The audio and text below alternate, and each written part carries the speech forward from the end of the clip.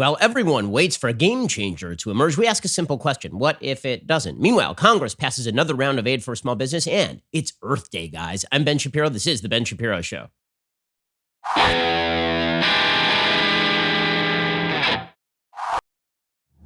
Today's show is sponsored by ExpressVPN. Stand up for your digital rights. Take action at expressvpn.com/Ben. That is expressvpn.com/Ben. Alrighty, so today's Earth Day. Are you excited? I'm excited. Everybody loves Earth Day. Come on, Earth Day, it's the best. What's there not to love about Earth Day? I mean, a holiday that was created by a person who composted his girlfriend. I mean, that is a dude who took Earth Day super seriously. True story. The guy who started Earth Day killed his girlfriend and put her in a trunk in his closet where she proceeded to drip into the bottom apartment, which is how she was originally. But Earth Day is great. Earth Day. Listen, we all appreciate our environment, particularly when it's trying to kill us. I will say that my original take on nature has stood up pretty well over time, which is nature is trying to murder you. And basically all of human life is about trying to avoid nature murdering you.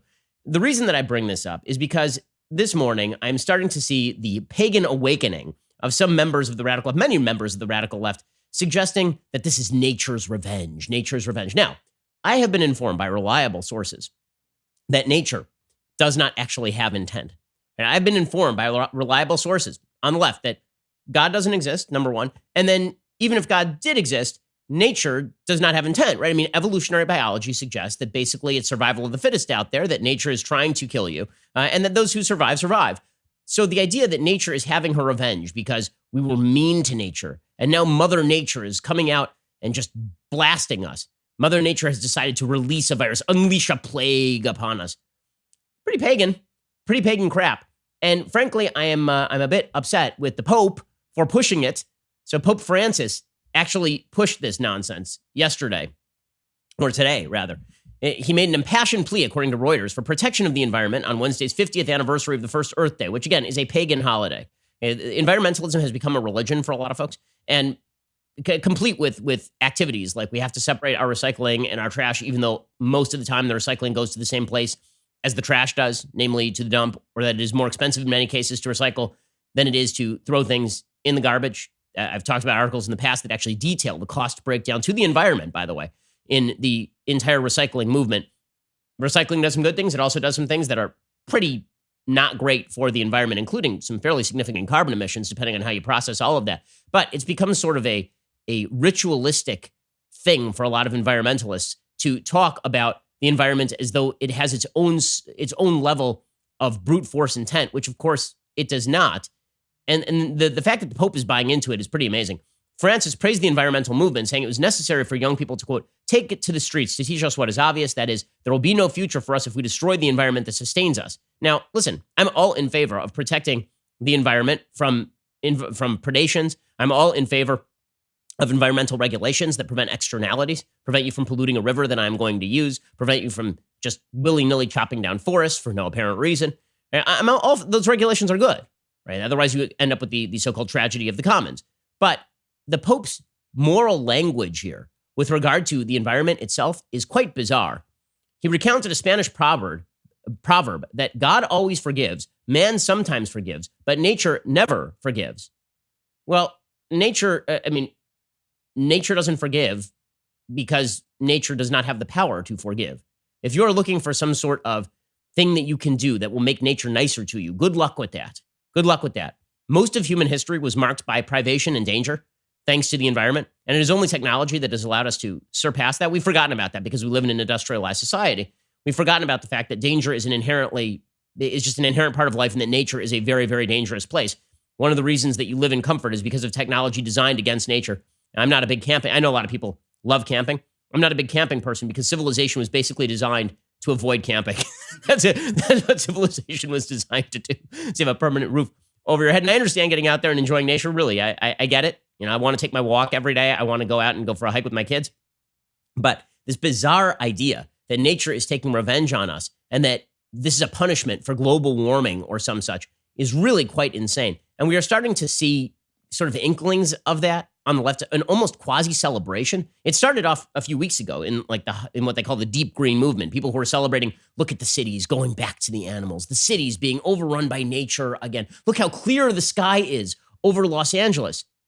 We'll get in a second to the left's take on global warming, because the radical left, and it's not the entire left, right? Most people on the left want to get back to work. Most people who are liberals want to get back to work, and they are not into the whole, what if we just shut down all of human civilization? Isn't this great?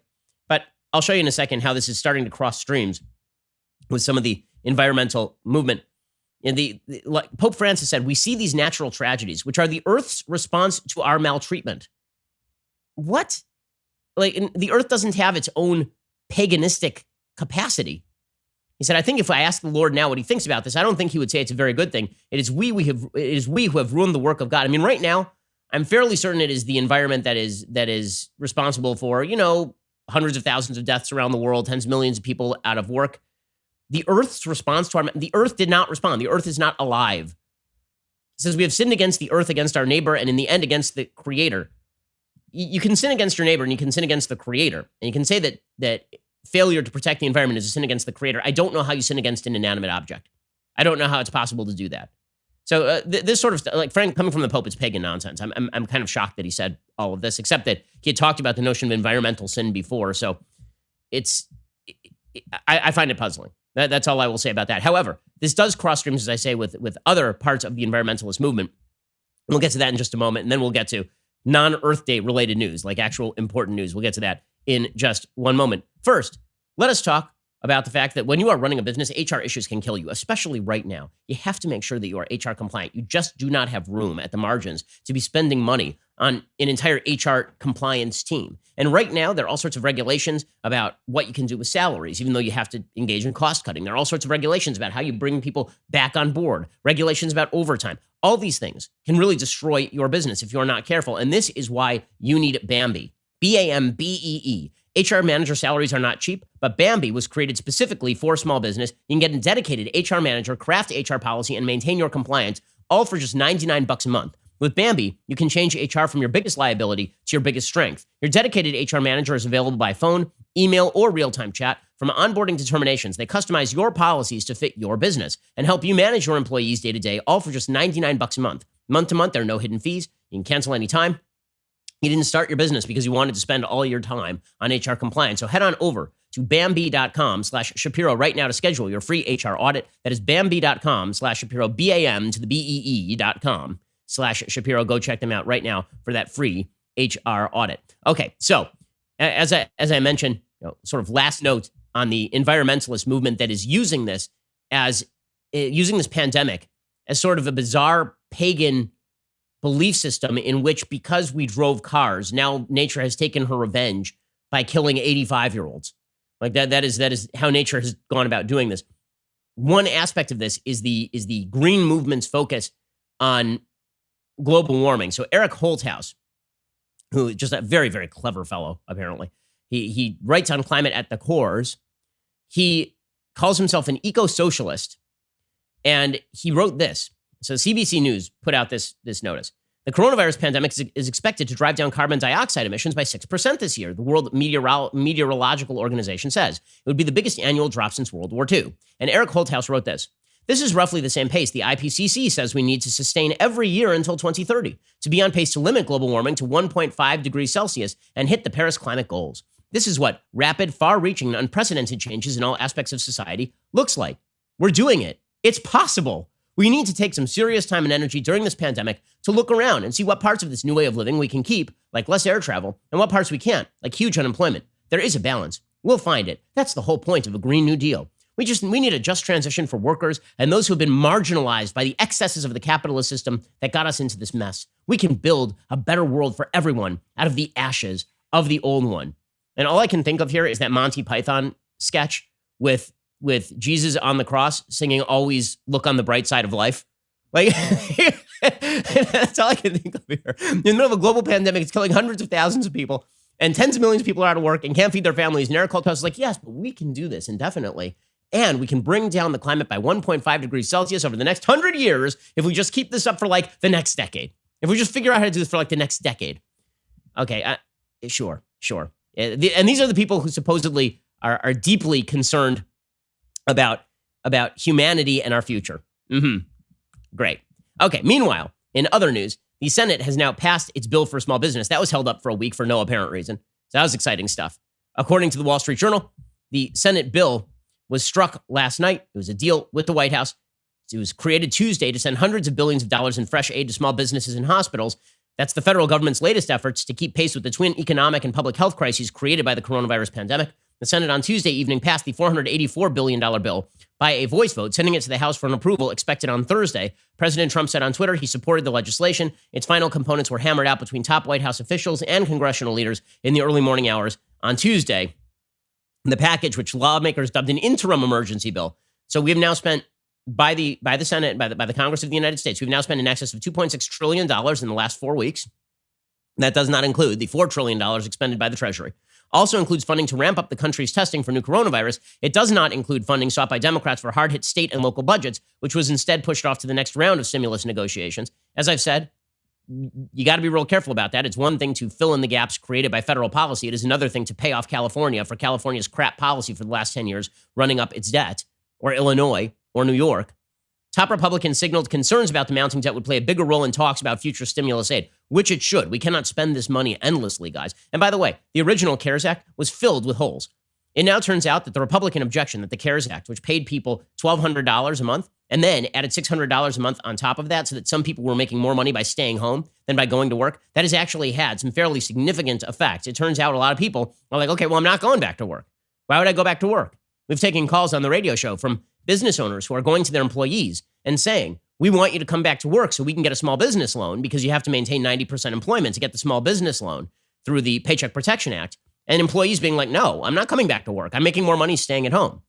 Because that's what happens when you create perverse incentives. Every government program sucks. This one might be necessary, and it also might suck. Both of those things can be true at the same time. The Democrats held this thing up for a week for no reason at all. Kevin McCarthy, the House minority leader, he says, you're going to have to explain, name one thing that Nancy Pelosi has done well during this pandemic, because all she's been doing is holding up aid relief bills in the middle of a crisis, and that will lead to further unemployment. Name me one productive thing Speaker Pelosi has accomplished during this pandemic.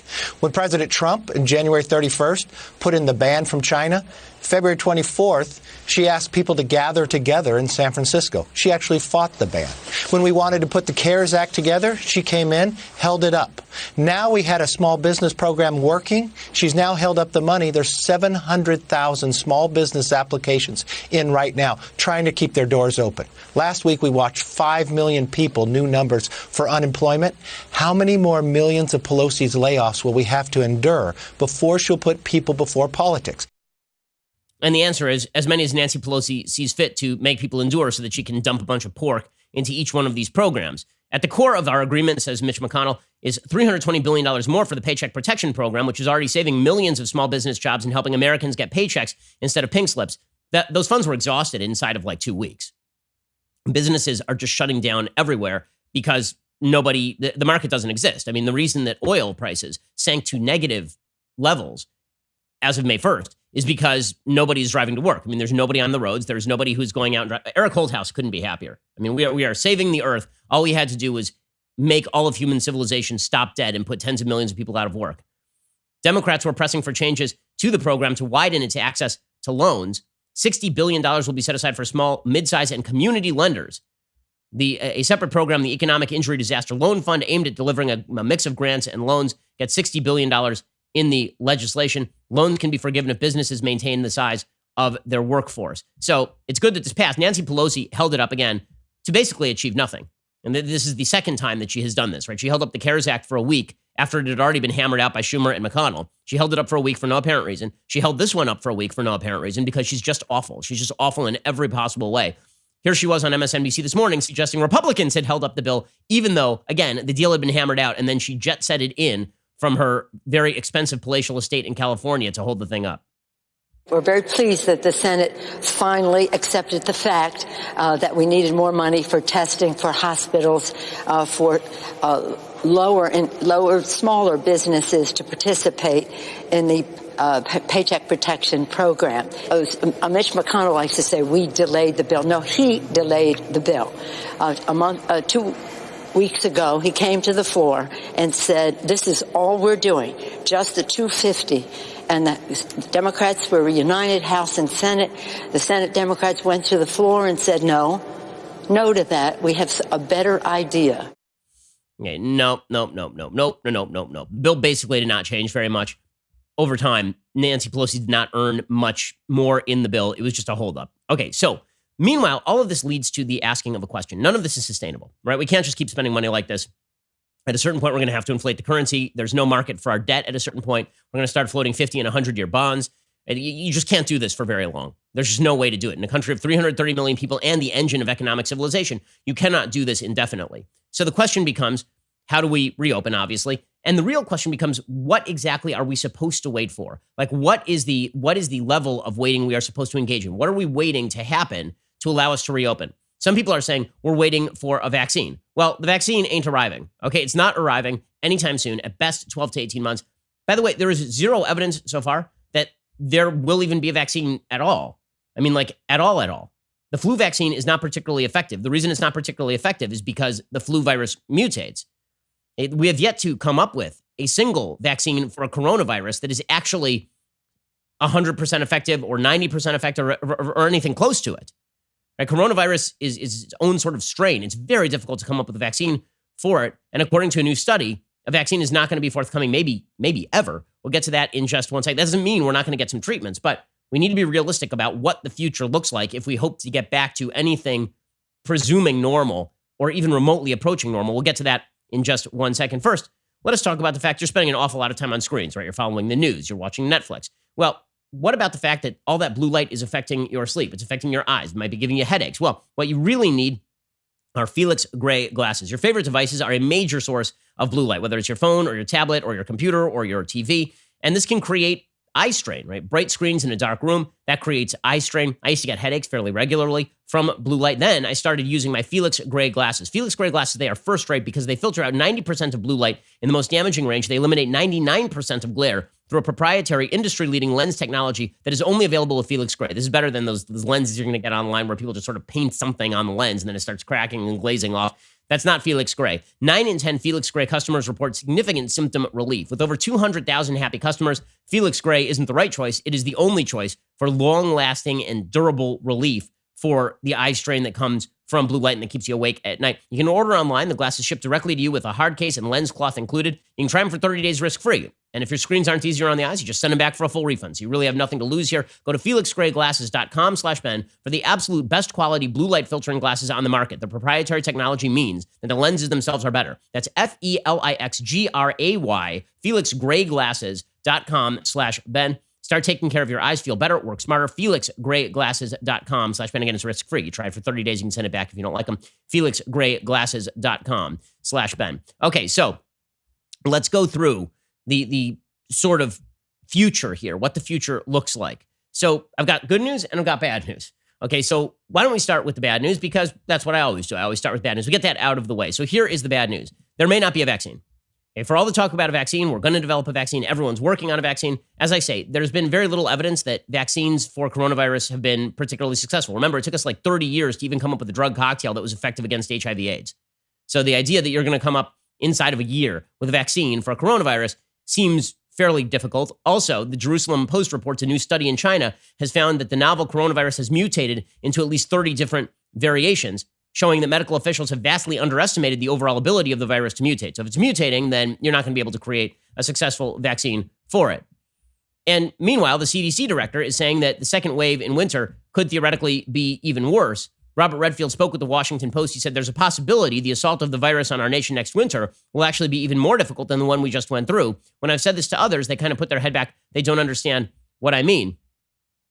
So, the reason that he is saying that is if the virus is still around and if people go out and they are back in school and they're going about their business, well, then presumably the spread will be wider. I mean, right now, the spread is not all that wide because everybody has locked down. And it depends on area. So there's an article that I saw today in Spiked Online Magazine talking about the effectiveness of lockdowns. And the article is by a guy named Wilfred Riley, who's a political scientist. And he points out that states that have not locked down are not doing worse than states that have locked down. The 7 states that have not locked down are Arkansas, Iowa, Nebraska, North Dakota, South Dakota, Utah, and Wyoming. The states reported 37, 60, 21, 9, 7, 20, and 2 deaths, respectively, for an average of 22.3 deaths. Throwing in South Carolina, the state's averaged 33 deaths, if you measure up those states against the rest of the United States, what you see is that they're actually doing significantly better than the rest of the United States. Now, the answer is that it has nothing to do with those states don't have lockdowns, the other states do have lockdowns. It has to do with population density, obviously. Okay, and you can adjust for population density, sort of, but you can't really adjust for the fact that New York City is a massively, massively populous place that is responsible for something like 25 to 30% of all deaths in the United States are just New York City. So really heavily populous places, you might need lockdowns if you hope to curb the spread of this thing. But if you're looking at Utah, probably not. People just live further apart. The risk factors are not the same. You can adjust for population in the stats, but it doesn't completely adjust for populations in the stats. Okay, so if you extend this more broadly across the world, it is not clear that lockdowns are going to be particularly effective, at least not for long, because as people go out, they're going to infect each other again. So what exactly can we hope for? Well, we can hope for some sort of drug reductions here, right? We can hope for the success of that Gilead Pharmaceuticals drug, remdesivir. Remdesivir. We can hope for the effectiveness of that particular drug. We can hope that some of the new techniques that are being used, like immunosuppressants, because there's a belief that maybe cytokine storms are leading, too strong an immune response is leading to overload of the system, basically. We can hope for that. We can't really hope for the effectiveness of hydroxychloroquine anymore. There's a new malaria study on hydroxychloroquine, a nationwide study with 368 patients. It was the largest look so far at hydroxychloroquine with or without azithromycin. The study was posted online, and it found that 28% of those who were given hydroxychloroquine plus usual care died versus 11% of those getting routine care alone. 22% of those getting the drug plus azithromycin died too. The difference between that group and the usual care was not considered large enough to rule out other factors. Hydroxychloroquine made no difference in the need for a breathing machine either. So hydroxychloroquine has not been effective. There were scientists in Brazil, they stopped part of a study testing chloroquine, which is an older drug similar, after heart rhythm problems developed in 1/4 of people given the higher doses of two being tested. So Plaquenil, which is the on-brand version of the drug, has not been effective against this sort of stuff. There was anecdotal evidence that maybe it was working, but it appears not to be. Meanwhile, there's another drug that is being put out in Israel, a COVID-19 treatment called Pluristem, which is now being utilized and tested in the United States. There's a report by the company showing that 6 critically ill coronavirus patients in Israel considered high risk for mortality were treated with Pluristem's placenta-based cell therapy product and survived, according to preliminary data provided by the Haifa-based company. There was one U.S. case where this was treated. That patient was critically ill with respiratory failure due to acute respiratory distress syndrome, was intubated in an ICU for 3 weeks. So they're hoping that maybe this will be a mitigating circumstance. That's probably the best that we can hope for at this point, is that by the time we get to fall, there are some new drugs on the market that help curb the effect of this thing. But other than that, I don't think there are going to be a lot of major changes until the fall. Other than the development of drugs, I don't think there's going to be a lot of major changes until the fall. So what are you locking down until is the question. Like what is the purpose of locking down? So if you're locking down until you have curbed the spread such that we can actually measure hotspot increases, as I mentioned yesterday, that's fair, right? We want to at least get it to the point where you can identify a hotspot when it arises. That's fine. Once the state has done that, that's about all they can do. And that brings us to a little bit of good news and possible strategies. We'll get to that in just one moment. First, let us talk about the fact that perhaps you're losing your hair right now. Perhaps stress is making you lose your hair. Perhaps male pattern baldness runs in your family. It runs in mine. 2 out of 3 dudes will experience some form of male pattern baldness by the time they are 35. The best way to prevent hair loss is to do something about it while you still have hair that is on your head. You used to be able to go to a doctor's office for hair loss prescriptions. Wasn't that much fun? Now you can't even do that. So why not go get Keeps? They make it easy and they will deliver your medication every 3 months. You can say goodbye to pharmacy checkout lines and awkward doctor visits. You can visit the doctor online and get the hair loss medication delivered directly to your door. Prevention is key. Keeps treatments can take up to 4 to 6 months or more to see the results. It's important to act fast. The sooner you start using Keeps, the more hair you will save.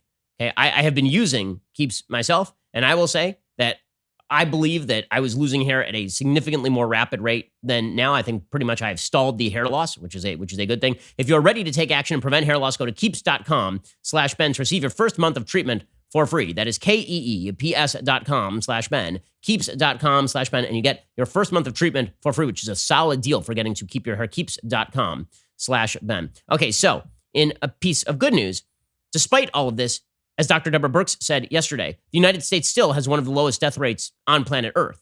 So the talk about how the United States has completely botched this and mishandled this, there's this massive disconnect in the media between how they think the U.S. has handled this and how the U.S. has actually handled this. If you look at deaths per million in the United States, we rank right in the middle of European countries. We are not the worst in the world. We don't have the worst healthcare system in the world. Our systems were not overwhelmed the way systems were overwhelmed in Italy and are now being overwhelmed in Japan. All the talk of how the United States healthcare system is so Byzantine and it's so terrible and all, it's just crap. It's just not true. Okay, we have one city that has an extraordinarily dense population with a lot of people with pre-existing conditions, a lot of elderly folks, and the death rates there are exceedingly high. Even there, the healthcare system was not overwhelmed. Here's Dr. Deborah Birx pointing out that we still have one of the lowest death rates in the world. They have been on the front lines now for weeks and weeks and weeks. And so no matter what city they have been in, they have not seen the relief that we've been able to talk about at the light at the end of the tunnel because of the delay in hospitalizations and deaths. So to our healthcare providers, to our respiratory therapists, and to everyone in the labs, thank you for the work that you're doing to protect Americans and give us one of the lowest mortality rates in the entire world. Okay, and that is good news. It is also good news that we are seeing a study out of Stockholm, Sweden. And I honestly don't understand why people are so negative about Sweden. Like, I understand if you don't like their policy, or you think their policy is the wrong policy. That's fine. Like, policy critiques are fine. There are people who seem to be actively rooting against what Sweden is doing, right? Because maybe they like the lockdown policy so much that they're rooting against Sweden, or they're rooting against Georgia. Like they're sort of hoping against hope that something bad happens in Georgia to convince people to stay home across. You should be rooting for the success in Sweden. According to the Swedish experts, they're now saying that there will be a fairly high percentage of people who have been infected in Sweden in very short order. So they are approaching herd immunity. That is Sweden's approach, right? You sort of let people walk around and be responsible. I've now asked pretty much everybody, left, right, and center, where we are going to end up in terms of actual policy. The answer is we will end up doing what Sweden does. The only question is whether we do that sooner or whether we do that later. And as we are seeing, some states are doing it sooner and some states are doing it later. And pretending that all states are equivalent is ridiculous. The New York-based media is so angry at Georgia for suggesting reopening of shops. And by the way, just because you say that shops can reopen does not mean that shops will reopen. Many shops are not reopening in Georgia. Many shops are saying, listen, we don't have the capacity to do temperature checks. We don't have the ability to socially distance. So we're just not going to open until the spread has been slowed a little bit more. The media, I think, completely got wrong the Georgia policies as well, because those suggestions seem to be that people were going to willy-nilly go out bowling, no masks, no social distancing, that people were going to go to restaurants and spit on each other. That is not the case. In order for you to reopen your business, you have to take certain preliminary steps, like everyone has to be masked, everybody has to socially distance, right? Enforceable by law. That's in the Georgia order. Brian Kemp, who's the governor of Georgia, was on Fox News with Martha McCallum, and he was explaining the policy. Can you explain why you would start with those kinds of businesses on day one? Well, those are the ones who are closed. The other businesses in Georgia are still currently opening under the order that I have now, and we're coming down. I think that's what a lot of people don't understand. But you also have to give that fitness owner or that owner in a hair salon the ability to be able to be a partner in this fight that we're in. You know, this is going to take some common sense. Our people in our state have learned a lot through this. They have helped us be a solution to the problem, to flatten the curve and to start getting on the other side of this. Okay, people on the left are wildly angry at Brian Kemp for doing this. Well, like, they should be rooting for it to work, right? I mean, because that way we can all start tranching back into work, which would be the idea. People who are vulnerable will still be out of the workforce. People who have pre-existing conditions, people who are elderly, people who live with people who are older, right? Those people will be last to go back to the workforce because you don't want to expose people. But we're going to have to start getting back to something that approaches a workforce at this point. The media were fighting mad about this. So Chris Hayes over at MSNBC says this is reckless, it's illogical, it's just terrible. Why is Georgia doing something like this? Look at the state of Georgia, which is about to reopen a wide range of businesses under Republican Governor Brian Kemp. If that sounds insane to you, you're not alone. And for the record, Georgia does not meet the White House guidelines. It does not have a 14-day trajectory of declining cases. It has tested less than 90,000 people out of a population of more than 10 million. Mayors in Georgia are describing the governor's decision as reckless, dangerous, and illogical. Okay, well, those mayors are ignoring the fact that actually the infection rate is now below 1 in Georgia. Right? If you actually look at the stats in Georgia, what you'll see is that there's an increasing number of positive tests. But if you chart that against the number of tests overall that are being taken, that chart shows the lines diverging, meaning that hugely increasing number of tests, slightly and consistently increasing number of positive cases. Right? You can actually see the chart if you're watching the show. That red line is the number of total tests being taken in Georgia. That blue line is the number of positive tests. What you would expect to see is the blue line trending up at a faster rate as the number of tests increases. Instead, what you are seeing is a consistency in the number of tests that are coming back positive, which is a smaller percentage than the total number of tests that are coming back that are coming back in. Eric Erickson, who's a radio host in Georgia, right? He says the infection rate does not get talked about a lot. It's the measure of a virus's ability to reproduce, the reproduction rate. If the RT, which is what it's called, is above 1, the virus will spread. If it's below 1, the virus will stop spreading. Healthcare experts have been telling us since March people need to shelter in place to get the RT below 1. Once it was below 1, we could start slowly reopening. In Georgia, the state is below 1. Not only that, but daily new cases continue to fall. Here are the present numbers in Georgia based on daily new cases. April 14th, 830. April 15th, 634. April 16th, 661. April 17th, 537. April 18th, 256. April 19th, 157. April 20th, 96. April 21, 23. The trend is remarkably good. The virus is definitely declining. So Georgia is, in fact, flattening the curve. I mean, Georgia's flattening the curve. So why exactly are people rooting against all of this? I do not understand. So Sanjay Gupta over at CNN, he was saying it's clear that we're not ready to open parts of the country. Look, even Andrew Cuomo in New York is saying that elective surgeries in parts of New York that are not New York City should be allowed. Businesses in New York are going to reopen. It's just not going to be in New York City first. Here's Sanjay Gupta with Chris Cuomo. We are clear that the virus is still out there. We are clear that we are not ready. It is clear what the guidelines are and that we haven't met them. And it's also clear that a lot of people, Chris, are frightened about this. They're frightened to go out. So you open up businesses, but people are not likely to go. Is that doorknob safe? Did that person get tested? Has this place been sterilized? What about the ventilation? I mean, all these questions still coming up among people because people are, they're understandably worried. Right. But what if none of those things change? Really, what if none of those things change? What if the testing is in place? And that doesn't mean people aren't walking around infected. It just means that you can identify a hotspot. All the things he mentioned are probably going to be part of the new reality. Is that doorknob infected? Was this table sterilized? Are people near me carrying it? Right? All that is going to be part of the new reality. That's just the way that it works.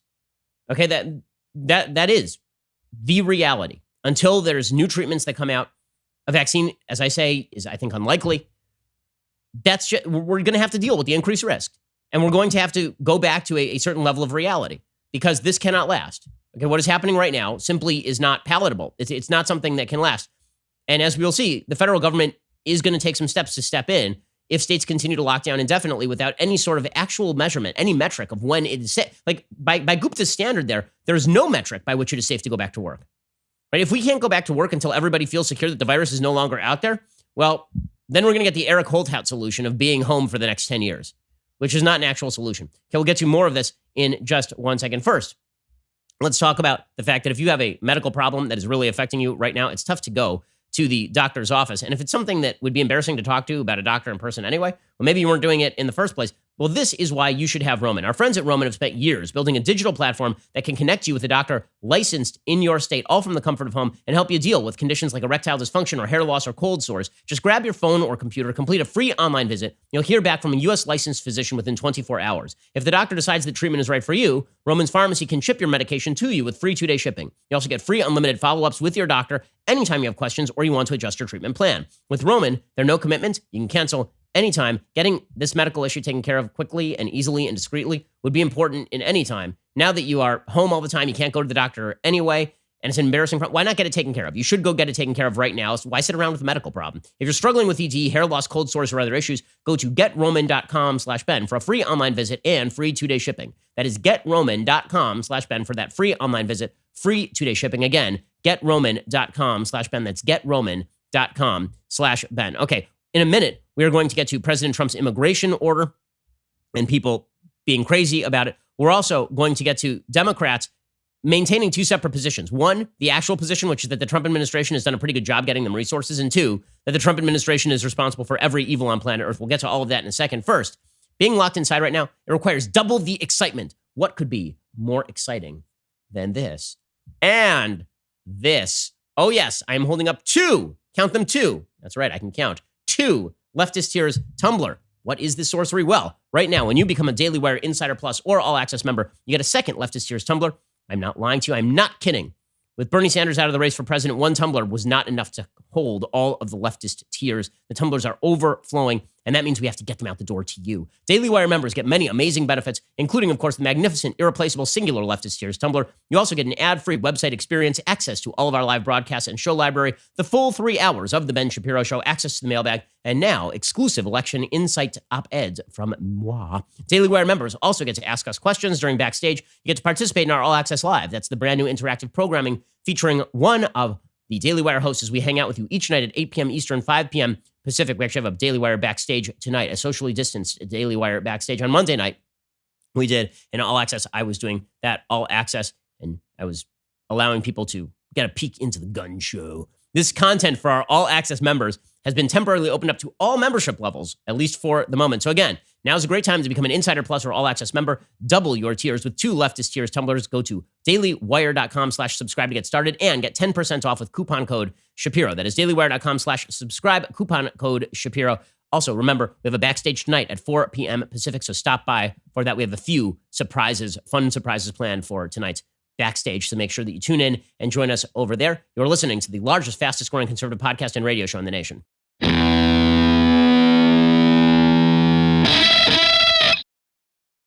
So there seems to be this sort of panicked belief that we are not going anywhere until there's a vaccine. And I've heard many in the media, many Democrats, that somehow there's going to be a deus ex machina, that there will be some outside intervention that will fix all of this tomorrow. And part of that is our attention span in modern society is 5 seconds long. And so you're constantly refreshing Twitter to see if somebody has come up with a cure. Part of that is also our risk level in society has dropped so dramatically that we are not willing to undertake certain risks. And listen, I'm not saying that if you are elderly or vulnerable, if you don't have a pre-existing condition, and when I say elderly, I really mean above age 60, that you should be out running around willy-nilly, no problem, right? You should be taking all the measures you can take to keep yourself safe. If you're in regular contact with those people, you should be taking measures to keep those people safe.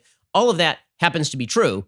It also happens to be true that your baseline level of risk if you are young and healthy is nearly zero. It is extremely, extremely low. And if governors are waiting for something, I'm not sure what they are waiting for. Once you have, again, lowered the rate to the point where your healthcare system will not be overwhelmed, and 2, you can actually identify hotspots as they grow, that's pretty much all you can do.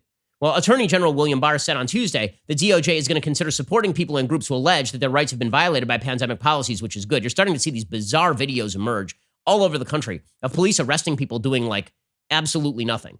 And there's a video that was floating around Twitter, and unless there's more to the story, it's egregious, of a mother being arrested because she took her kid to the park. Like, seriously, enough. Like, this is not sustainable. It's just not sustainable. The American people should not stand for this kind of garbage. I will say, I've never been proud of America than I was when I saw the story that Bill de Blasio had requested that everybody in New York send tips to the mayoral office of people who are not socially distancing, snitch on your neighbors.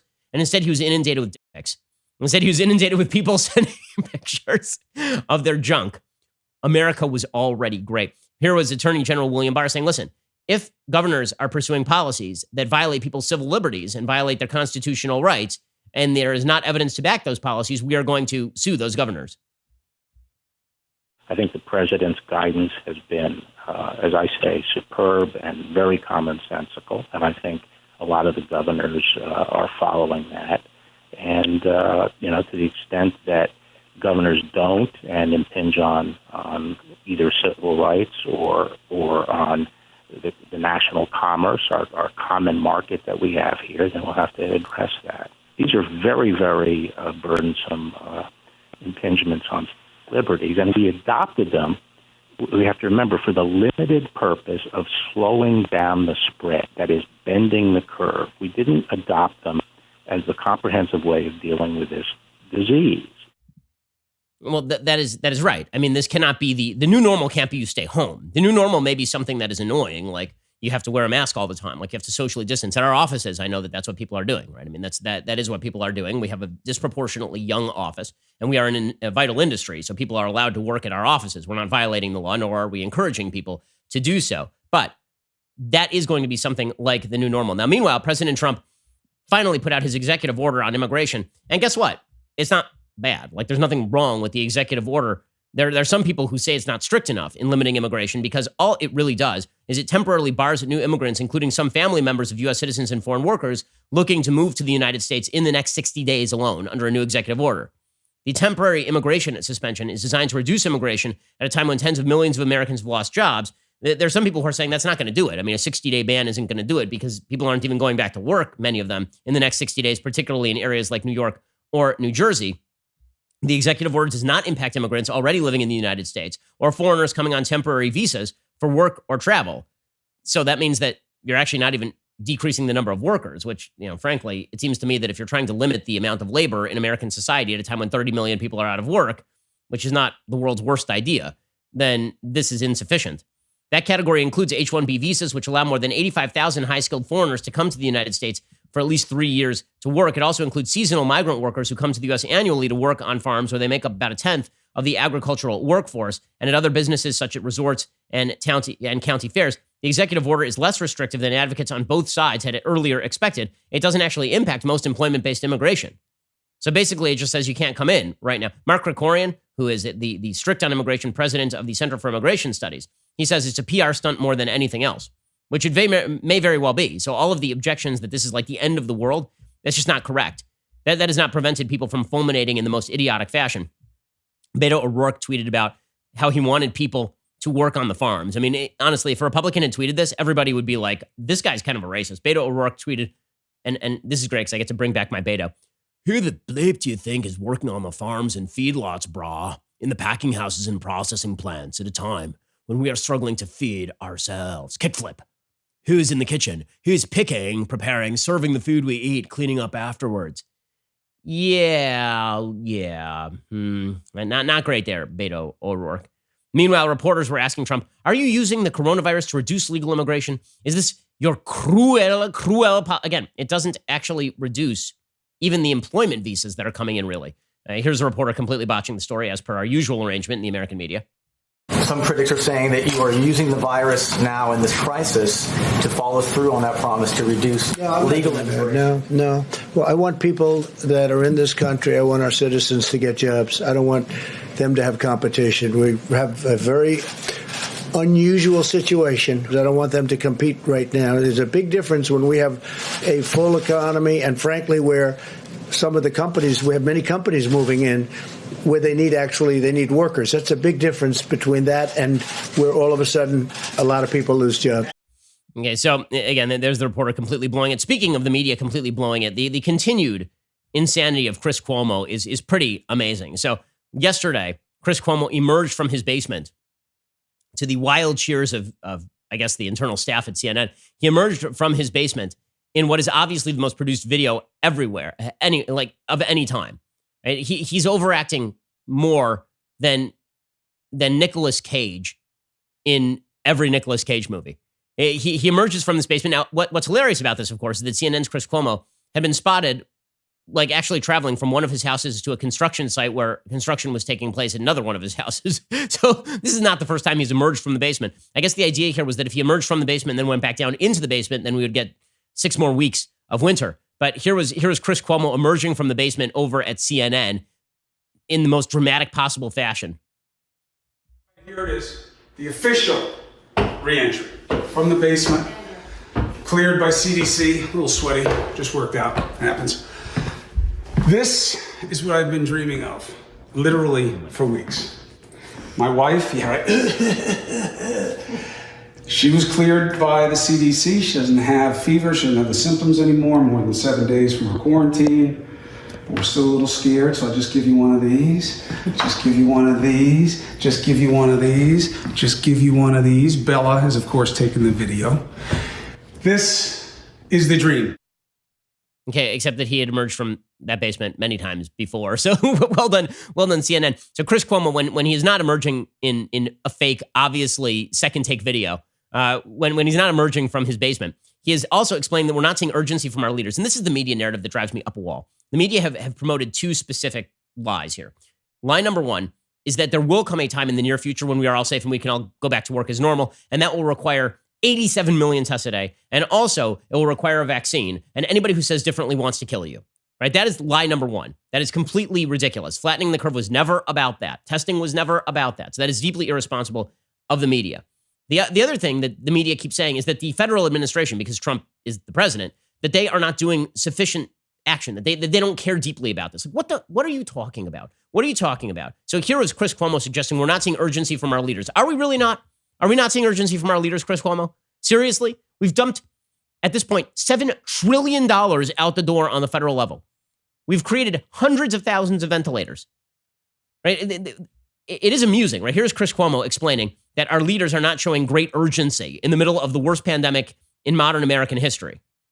People are doing amazing things. They are. All the time to help other people during this pandemic. Yeah. My frustration is we need that from our leaders as well. That desperate times, desperate measures, doing what you can. We're seeing it in people. We're seeing it in our healthcare workers.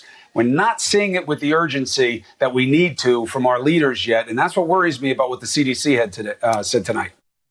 Well, weird, because Andrew Cuomo, Chris's brother, they basically interview each other on CNN. They have like a buddy cop show.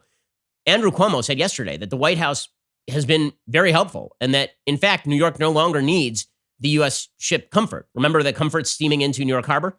And it was like a big deal. All the pictures looked unbelievably tragic. Inside of 2 weeks, they're saying we don't need that ship anymore. So where is the lack of urgency? Seriously, where is it?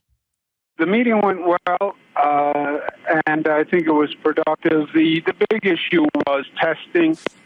As everybody knows, that's going to be the next step as we go forward. The president sent up a Navy ship, the Comfort, which was a hospital ship, which, by the way, was very good to have in case we had overflow. But I said, we don't really need the Comfort anymore. It did give us comfort, but we don't need it anymore. So if they need to deploy that somewhere else, they should take it. Not acting with urgency? I mean, everyone is acting with urgency right now. Obviously.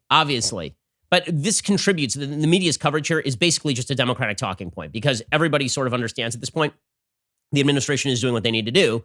At least they're doing their best.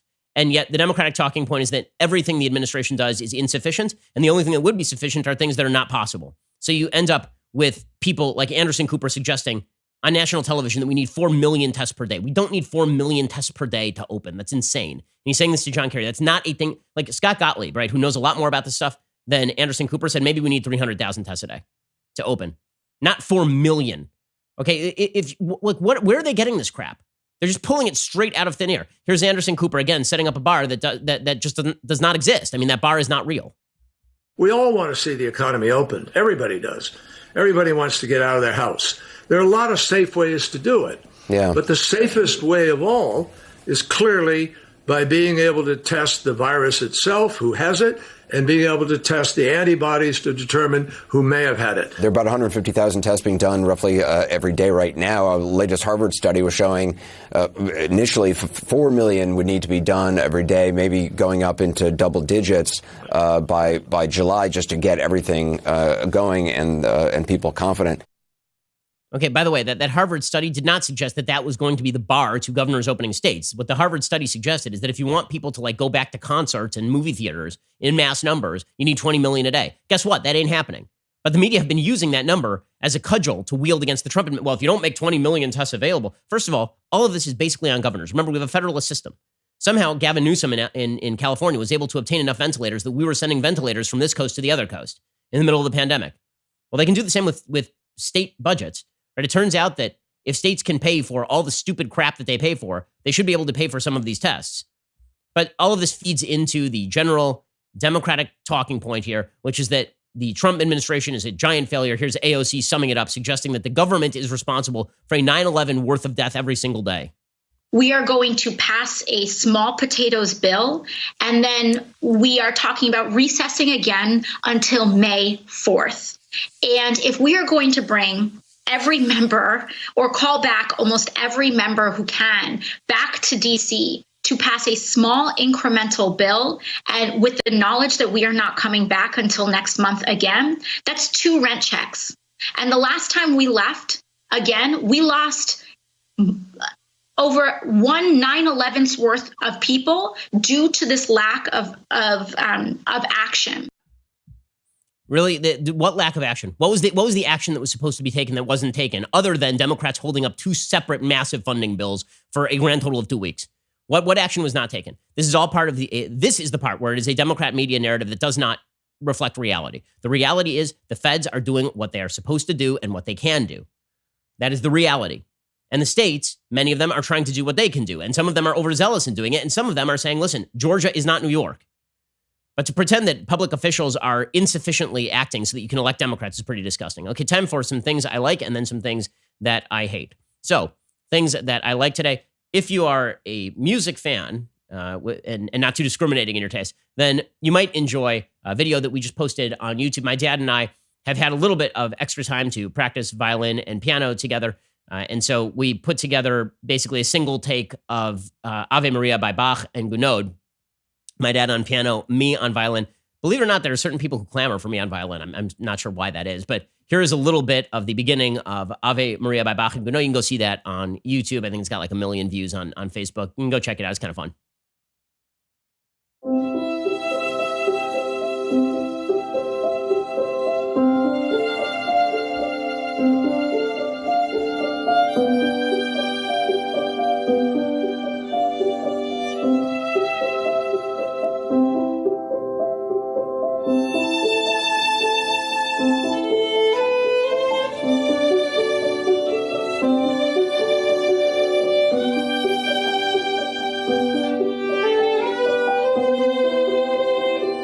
Okay, so you can go listen to the whole thing over there. Also, I believe we are posting a single take version of Meditation from Thais by Jules Massenet, which is one of the more famous violin solo pieces.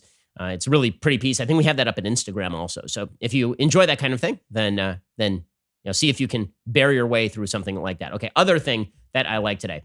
One thing that I really do love about some members of the social left is that many of the things that they say are moral, they will not engage in themselves because they inherently know they're not particularly moral. Now, this is not the libertarian position.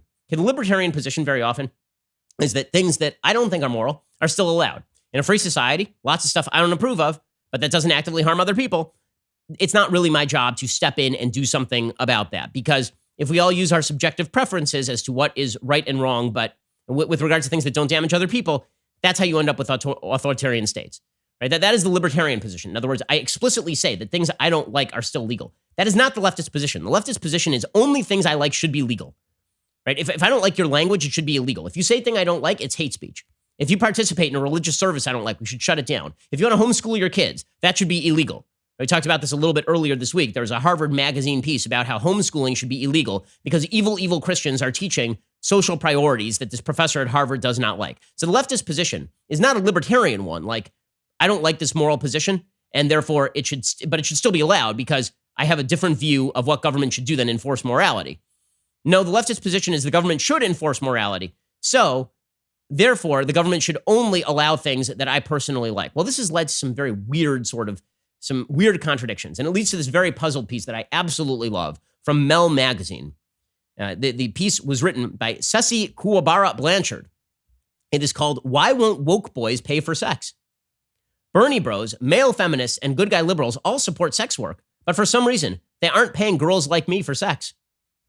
4 months before Violet, a 25-year-old transsexual with dollish cheekbones and primary color wardrobe, moved to Brooklyn, she toyed with the idea of holding a farewell tour in her lifelong home of Portland, Oregon. Her approach to putting a bow on her 20-plus years in a city, mocked for its liberal leanings, was to collide her two disparate worlds. Her friend circle of jewel-puffing, mulleted Bernie bros, with her recent professional foray into bleeping for cash. What if I put it out there that I'm available as a sex worker for people I know for highly discounted rates? Violet, now a good friend of mine, recently tells me over FaceTime, recalling the logic behind her maniac idea. She admits it was both a stab at giving her friends a last chance to F, while also raking in as much money as she could before she hit the Big Apple. Violet took to Instagram stories to vibe check these guys. If you're someone who supports sex work at an intellectual level, would you ever hire a sex worker yourself, she wrote. She assumed that her peers, millennial Zoomer cusps with art degrees and hard-ons for progressive politics, would be prime clients. After all, as youngish liberals, they seem to overwhelmingly support sex workers and the decriminalization of their profession, and they were right in line with those of others in their demographic categories. Despite stereotypes of Johns being unattractive older men, some research shows that clients of sex workers tend to have their first experience of paid sex when they're young, hot, and in their 20s. In other words, the numbers suggest that more of Violet's followers should have been down with paid sex, but that's not what happened. The woke guys in her social circle who responded weren't bringing the same kind of hurrah they had for the idea of standing in solidarity with sex workers, and exactly none of them offered to cough up cash. That left her confused. If these young dudes were politically rooting for sex workers and are in the period of their lives when they're most likely to first see one, why aren't they seizing en masse the opportunity for one of Violet's bargain bin bleeps or one of those friendly neighborhood sex workers, for that matter? Some have pragmatic excuses, of course. I don't have the money. I don't want sex that bad. I can get bleeped without paying for it. They DM'd Violet. But it's more than that. As two trans girls who keep leftist male hotties in their company and turn tricks as a side hustle, Violet and I both have observed that our peers can't get our politics straight. For one, these guys support decriminalizing sex work because they're feminists, but they also seem to not pay for sex because they're feminists.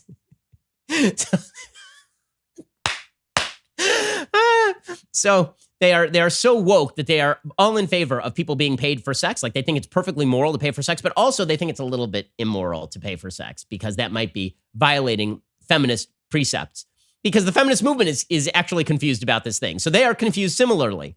Also, it turns out a lot of people on the left, the social policies that they proclaim are actually moral and decent and wonderful. They don't engage in themselves, right? So a great example of this, Hollywood is constantly promoting single motherhood, constantly talking about how single motherhood is not only a valid life choice, but a heroic life choice. That if you're a single mother, you are more heroic in some fashion than a woman who got married and settled down and had a family, right? That's the easy decision. Being a single mother and kicking dad out of the house because he's a bad guy that you decided to have sex with irresponsibly and now you have a baby, that's actually a brave decision, according to most Hollywood and TV films, right? That is what Hollywood promotes. But nobody in Hollywood actually lives like that. The marriage rates in Hollywood are very, very high. There are not a lot of single mothers in Hollywood. Why? Well, because it turns out that in people's actual lives, the moral decisions that they make are not the moral decisions that they promote. So there is a great irony to this article from Mel magazine lamenting that, number one, a lot of leftist guys who say that trans women are women will not have sex with a trans woman because it turns out that trans women are not, in fact, women. And so they're very upset about this, right? They're very, very upset. And I find that hilarious. And then I also find it hilarious that the feminist movement has created such insecurity in feminist Bernie bros, that the feminist Bernie bros, on the one hand, they're like, yeah, all in for sex work. Sex work's great, man. Liberation. Also, I can't engage in that because I think it would be somehow victimizing you. And I've been told by some feminists that sex work is actually demeaning to women and objectifying women. So, well, I think it's gung-ho, go for it. Me personally, no on that. So this holistic worldview has not been particularly successful on the left. So I am enjoying that. According to this Mel magazine piece, woke boys are likely not just swerving around paid sex because of their mixed signal feminism. Their refusal to pay for sex also seems to come from believing a John to be the antithesis of a successful heterosexual male. Because you see, they're mean to Johns. Like, if you have to pay for sex, somehow you are lesser. You are lesser, which is discriminatory, according to Mel magazine. Is it possible that maybe this moral code does not stand up to any level of realistic scrutiny? Brad had only ever been with cisgender women, he told me. I was his first. Knowing this, I checked in with him multiple times throughout the night to make sure his heterosexual ego was still intact. I couldn't help but feel the whole latte flirtation and wine date was a charade to bed me, secure his she-male fantasy, and then return to his cis girlfriend. If he was looking to bleep a girl's male genitalia, he should have just paid a prostitute, ideally me. That's not the straightest thing. I'm just going to put that out there. Not the straightest activity.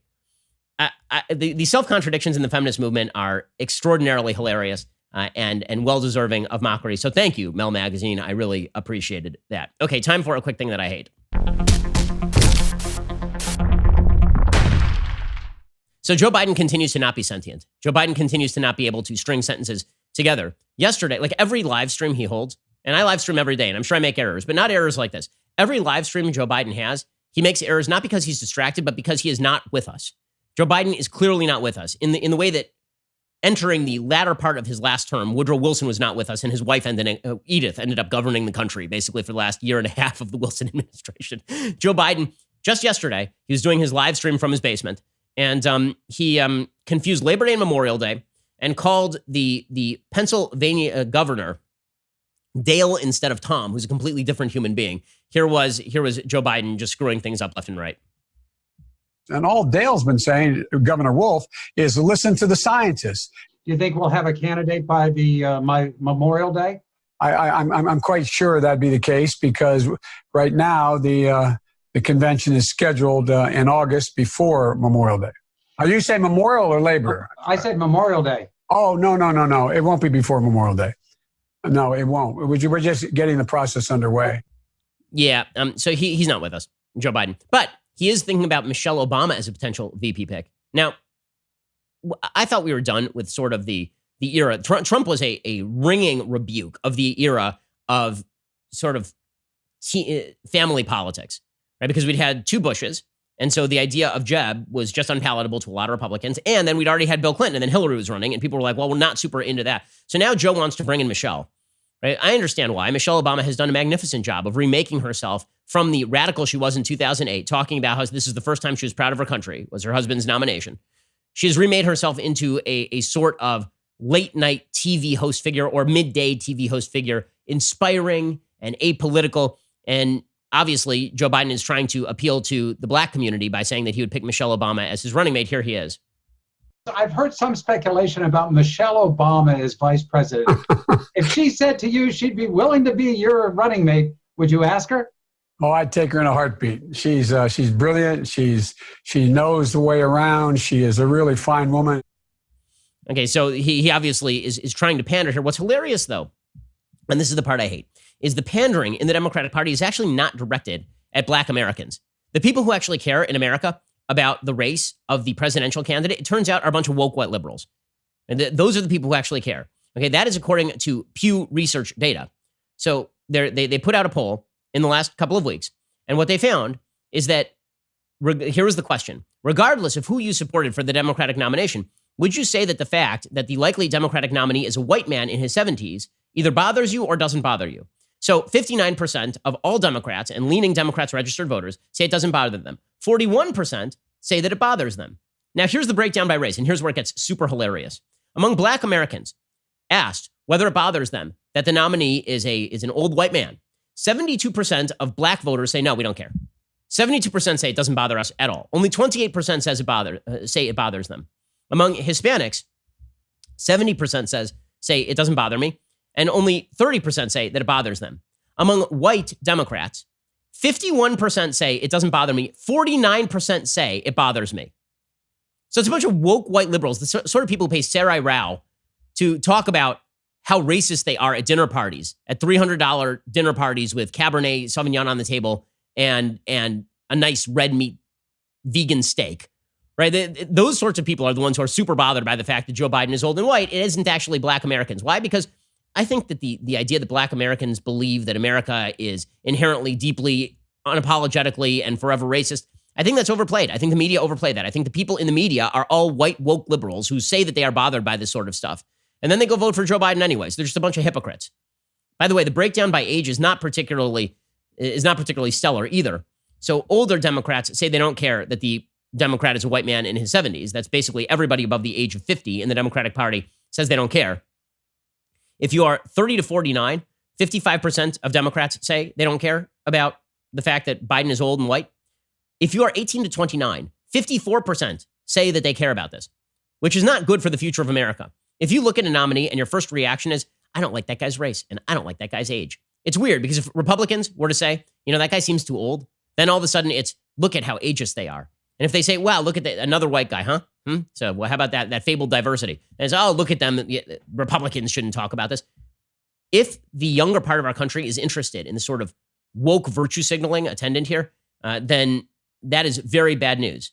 By the way, the other thing you see is that there is indoctrination going on at these colleges, at these universities. You would think that racial politics would be the preserve of people who are less educated, right? This is always what people say in the Republican Party, is that the people who are most racist are the people who are less educated. Opposite in the Democratic Party, apparently. If you're a post-grad worker, if you're a postgraduate, a postgraduate degree, 58% of people with a postgraduate degree say they are bothered that Joe Biden is old and white. If you're a high schooler, 76% say they are not bothered by the fact that Joe Biden is old and white. So just shows you where the Democratic Party is. And that is bad for the future of the country. If you are breaking people down by race and by age in order to determine their merit, you are doing all of these things wrong. And yet the Democratic Party, as it gets younger and more educated, is actually moving in the wrong direction. Hilariously enough, it is the racially diverse contingent of the Democratic Party that is still tethered to some form of reality. All the white woke liberals, they've completely lost it. They've completely lost touch with reality. And they deserve what they get. They deserve what they get here. Alrighty. Well, we'll be back here today with 2 additional hours of content. Also, make sure that 4 p.m. today, Pacific time, you come by for our Daily Wire backstage. We are socially distancing. It shall be a party. And since I'm forced to be here, you should be here too. I'll see you a little bit later today, or see you here tomorrow. I'm Ben Shapiro. This is The Ben Shapiro Show. The Ben Shapiro Show is produced by Colton Haas, directed by Mike Joyner, executive producer Jeremy Boring, supervising producer Mathis Glover and Robert Sterling, assistant director Pavel Wydowski, technical producer Austin Stevens, playback and media operated by Nick Sheehan, associate producer Katie Swinnerton, edited by Adam Sayevitz. Audio is mixed by Mike Coromina. Hair and makeup is by Nika Geneva. The Ben Shapiro Show is a Daily Wire production. Copyright Daily Wire 2020. You know, the Matt Walsh Show, it's not just another show about politics. I think there are enough of those already out there. We talk about culture because culture drives politics and it drives everything else. So my main focuses are life, family, faith. Those are fundamental, and that's what this show is about. I hope you'll give it a listen.